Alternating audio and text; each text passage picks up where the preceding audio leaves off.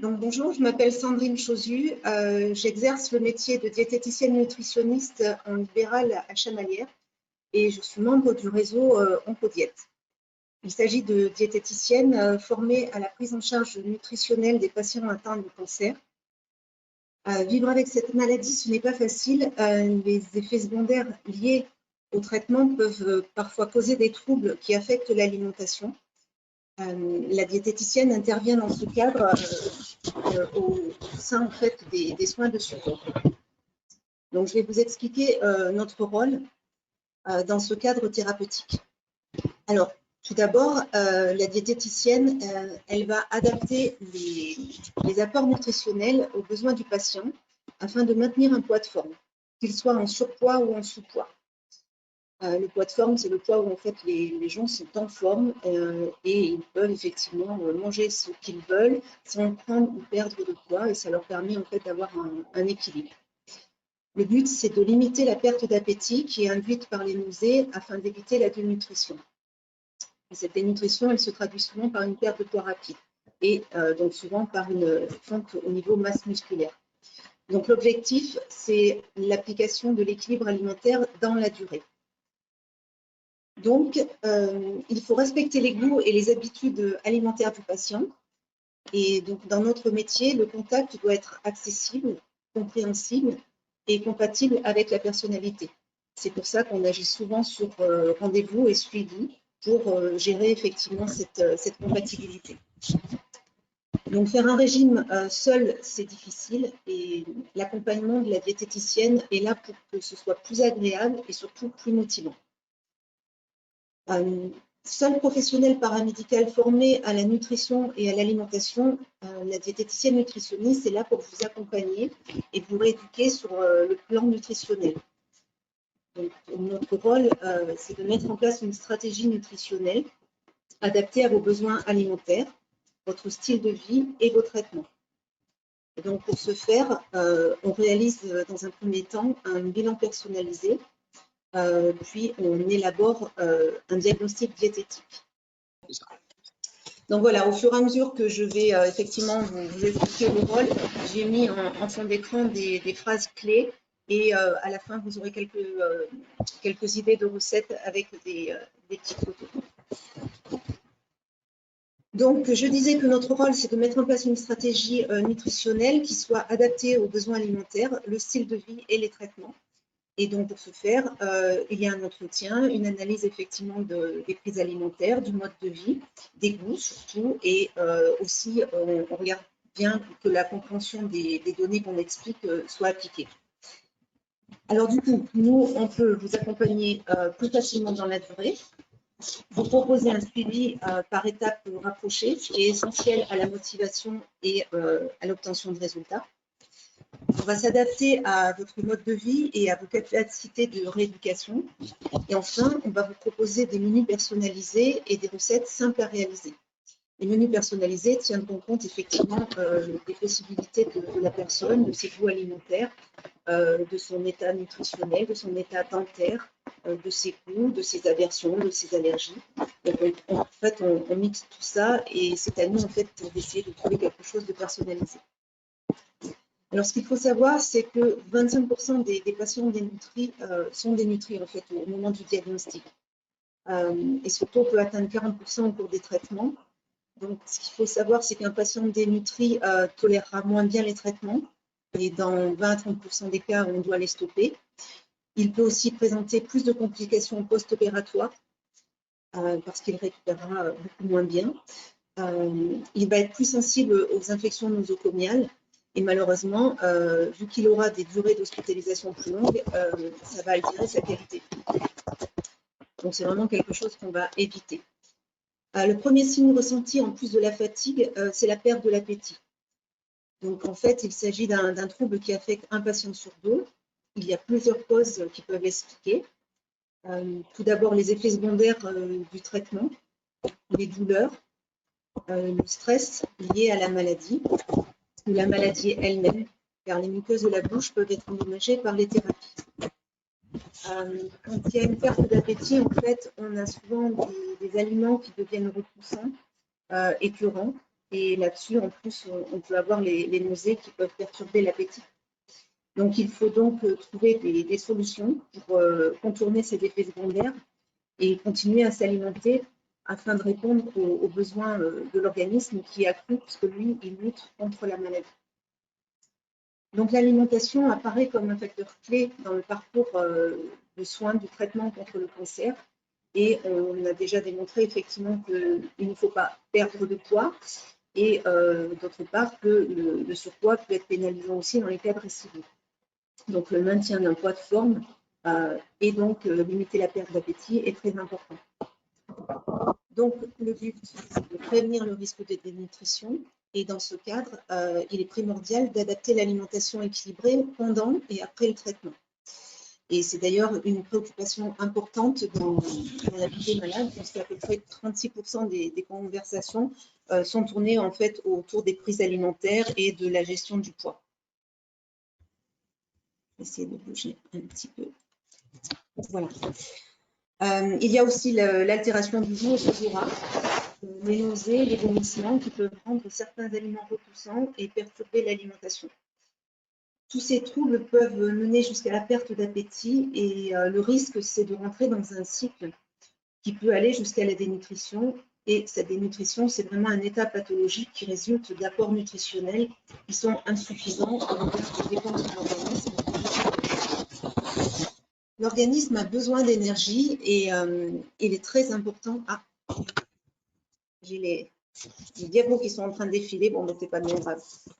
Voilà, donc pour combattre la maladie, il est très important effectivement de conserver un bon état nutritionnel et donc d'avoir des repas qui sont appétissants.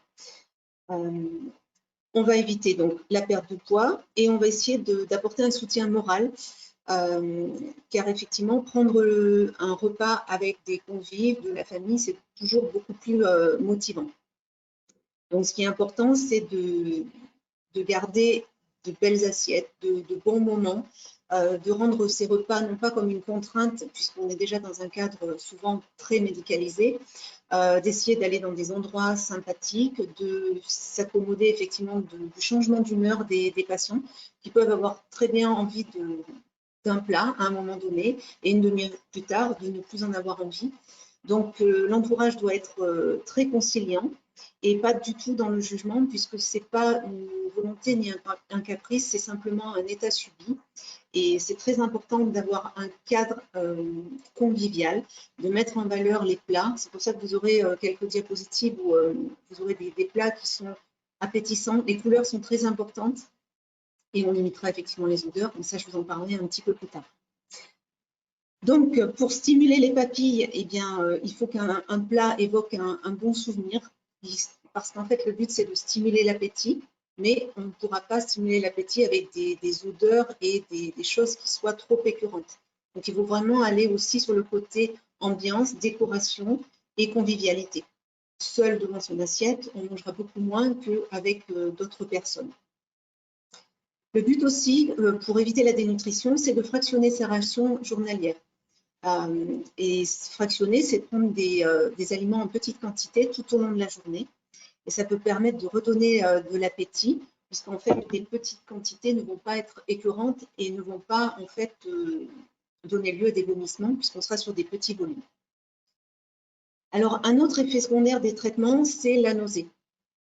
Donc, dans le cadre des nausées, la diététicienne va être assez aidante pour le patient, mais aussi pour l'entourage, parce qu'il ne faut pas oublier qu'un patient est toujours accompagné, que ce soit des amis, de la famille.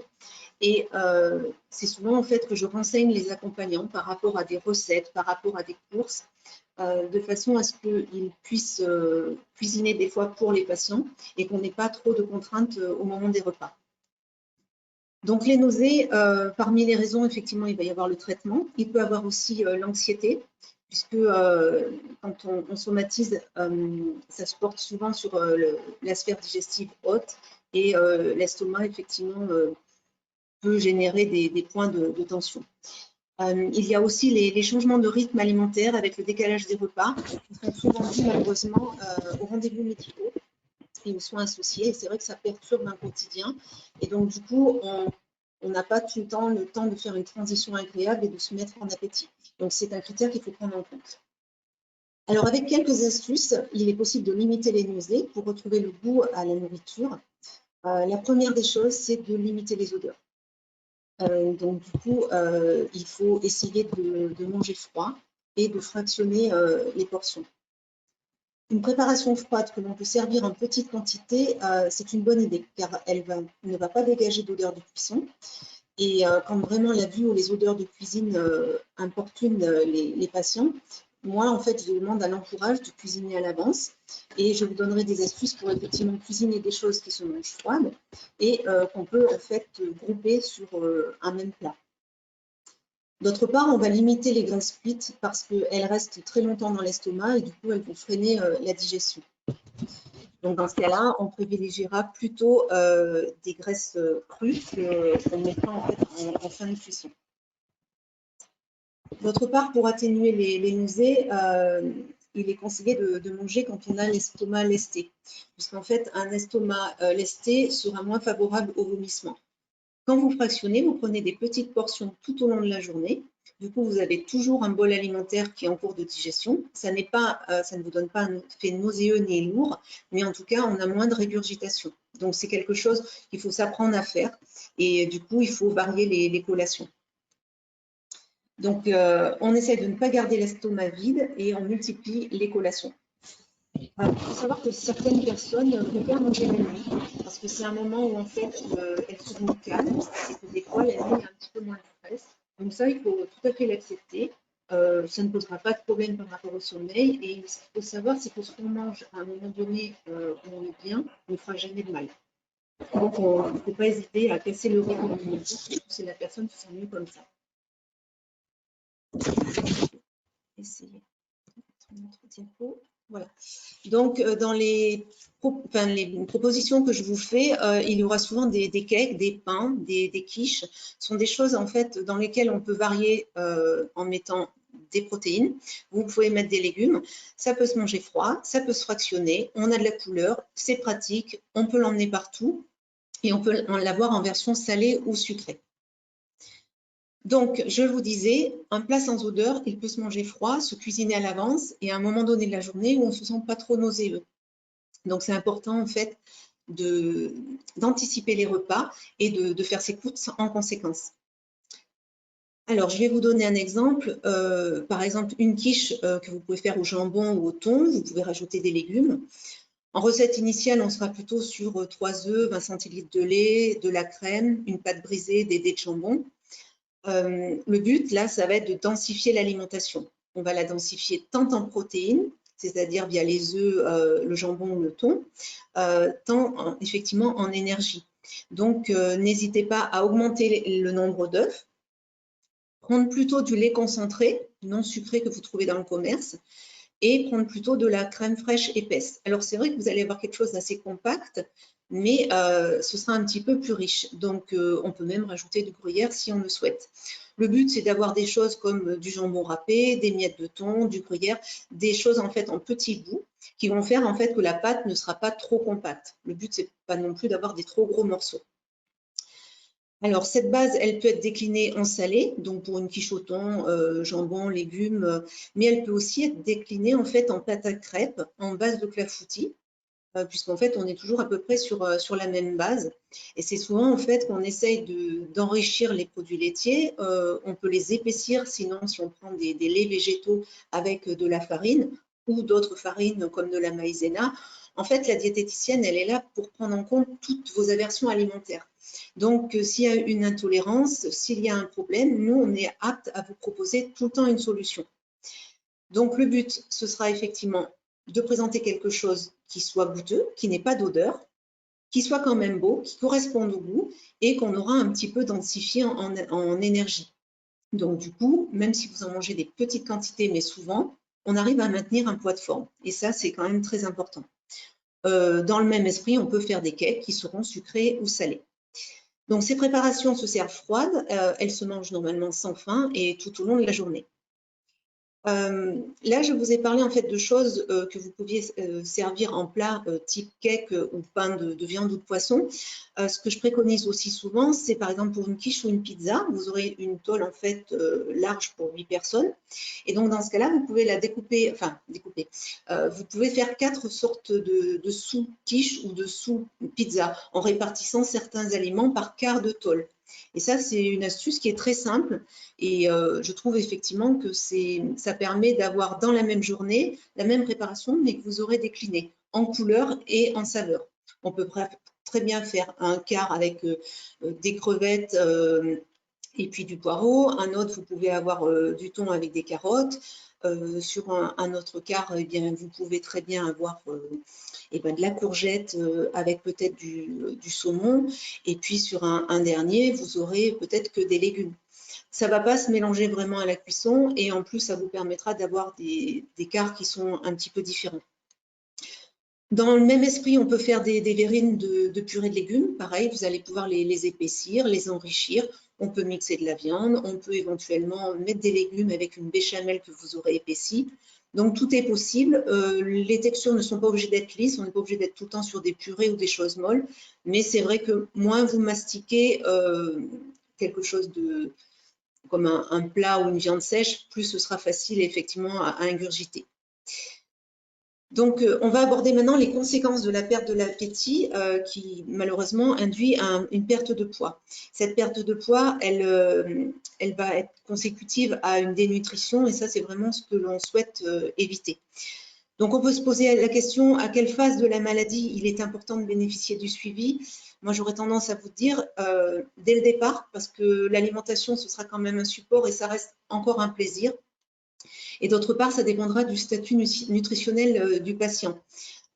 Si vraiment il n'est pas en très grande forme, il faut vraiment qu'on arrive à enrichir sa masse musculaire, surtout s'il doit être opéré et si on a des lourds traitements. Donc l'état nutritionnel du début doit être pris en compte, doit être des fois amélioré avant d'attaquer les traitements ou d'envisager des opérations. Et d'autre part, je pense qu'effectivement, le fait déjà de savoir que l'appétit peut être altéré et que l'entourage risque d'être perturbé par rapport aux modifications de goût, au fait que des fois vous allez préparer des plats qui ne seront pas consommés, que vous aurez fait tout ce qui est de tout votre possible en fait pour faire plaisir, mais que ça ne marche pas. Voilà, la diététicienne est là aussi pour épauler psychologiquement dans ce cadre-là, en proposant des solutions et en rassurant aussi l'entourage et la personne. On fait des propositions, on adapte et c'est pas grave si des fois eh ben, ça passe pas.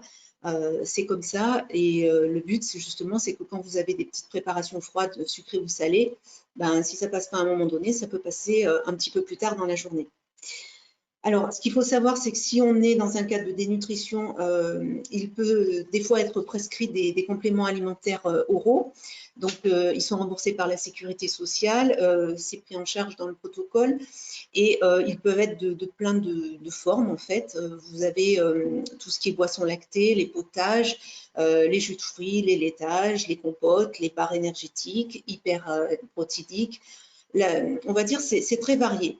Après, moi, je pense qu'effectivement, ça peut permettre d'avoir des collations, mais on reste toujours dans un milieu un petit peu médical.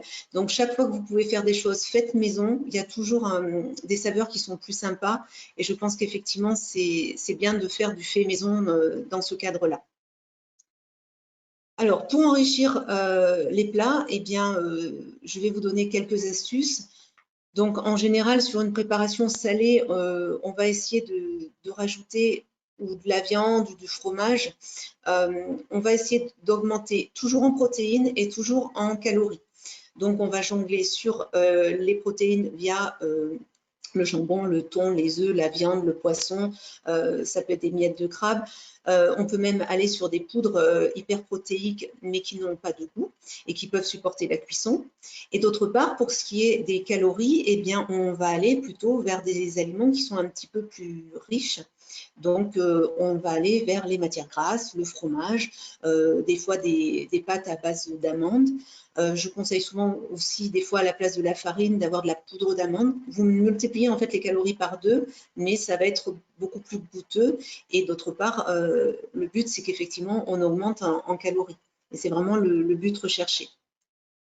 Donc, en supplément calorique, on n'hésite pas à aller vers le beurre, la crème fraîche, l'huile. Et donc, on n'est pas obligé d'aller sur des graisses cuites. On peut le rajouter en fin de cuisson. Pour les préparations sucrées, on n'hésite pas effectivement à aller vers de la gelée, du miel, de la crème de marron, de la confiture. Le sucre n'est pas exclu, le sucre se mange sans faim. Et des fois, effectivement, quand le repas du midi n'est pas très bien passé, on peut aller sur des collations sucrées dans la journée. Là, ça peut être intéressant.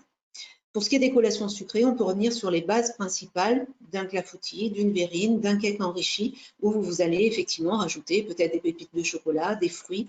On peut aussi rajouter quelques pruneaux ou des choses qui peuvent améliorer le transit, puisque je vous ai parlé beaucoup de troubles, on va dire, qui touchent tout ce qui est la sphère digestive haute, comme les nausées, la perte de l'appétit, donc on est sur la bouche et l'estomac. Mais des fois, effectivement, au niveau intestinal, il peut y avoir des effets secondaires. Et on est là aussi pour vous donner des conseils par rapport aux fibres, les réduire, les augmenter. Et ça, c'est très important. Donc là, vous voyez pour l'instant à l'écran une belle photo, voilà, de la couleur, de la variété, du choix. Là, c'est des présentations froides. On peut avoir des fruits, on peut avoir des fibres. C'est très important. Et stimuler le visuel est primordial puisque justement, on est souvent limité par les odeurs. Vous rentrez dans une pièce où il y a une bonne odeur, ça peut vous stimuler. Quand vous avez la nausée, ça va vous écurer. Donc, il faut vraiment aller vraiment sur la couleur, les stimuli et l'entourage est là aussi pour faire ça. Alors, pour ce qui est des… J'ai presque fini, c'est ça? Oui, il reste 5 minutes et j'ai 2 questions là. Donc, d'accord, eh bien, allez-y. Alors, j'ai une première question. Je suis végétarienne et en traitement. Est-ce que vous connaissez des recueils de recettes enrichies en protéines sans apport animal? Alors, sans apport animal, on va aller souvent sur les algues. Évidemment, tout ce qui est soja, je ne vais pas en mettre en grosse quantité, mais il n'est pas particulièrement exclu. Après, on ira effectivement sur tous les fruits à coque s'il n'y a pas d'allergie. Donc là, on enrichira en quantité calorique. Pour ce qui est des protéines, après, s'il n'y a vraiment aucune source animale, il y a des protéines de pois.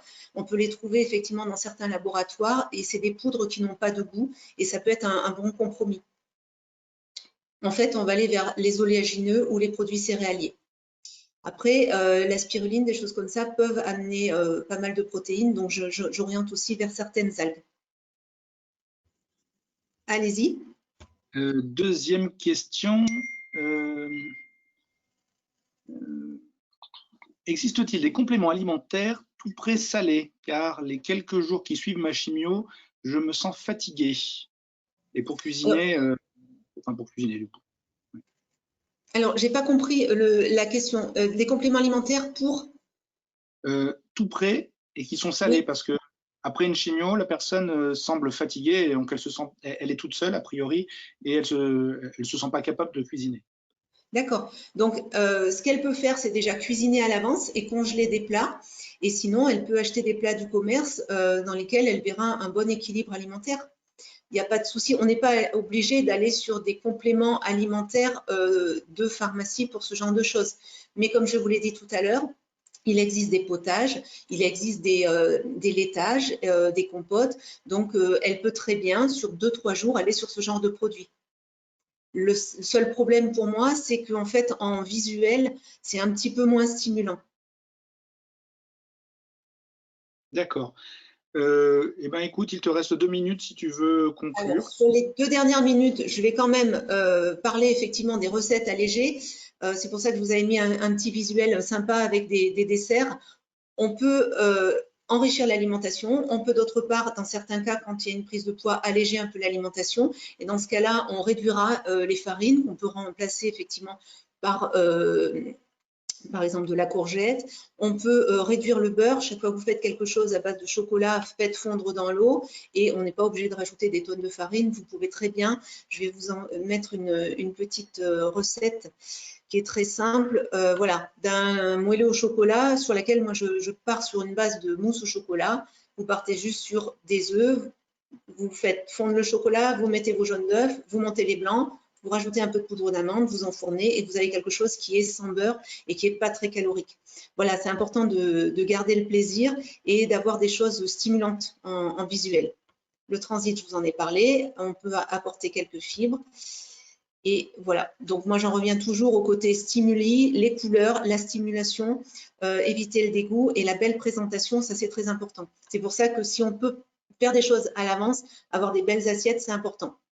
Pour les compléments alimentaires, vous avez toujours un emballage et on n'est pas trop effectivement sur quelque chose qui met en appétit.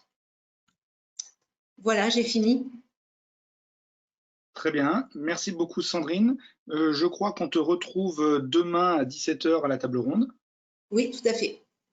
Donc, eh ben, écoute, nous te souhaitons une très bonne fin de journée. Merci pour cette présentation complète et à demain.